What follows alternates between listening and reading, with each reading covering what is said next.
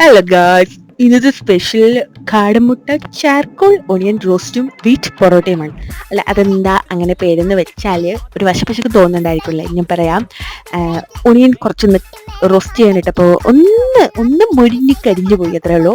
ഒരു 5, 6, 7, 8, 9, 10 ചെറിയ പീസുകൾ അതൊക്കെ ഞാൻ വീട്ടിൽ മാറ്റി കേട്ടോ.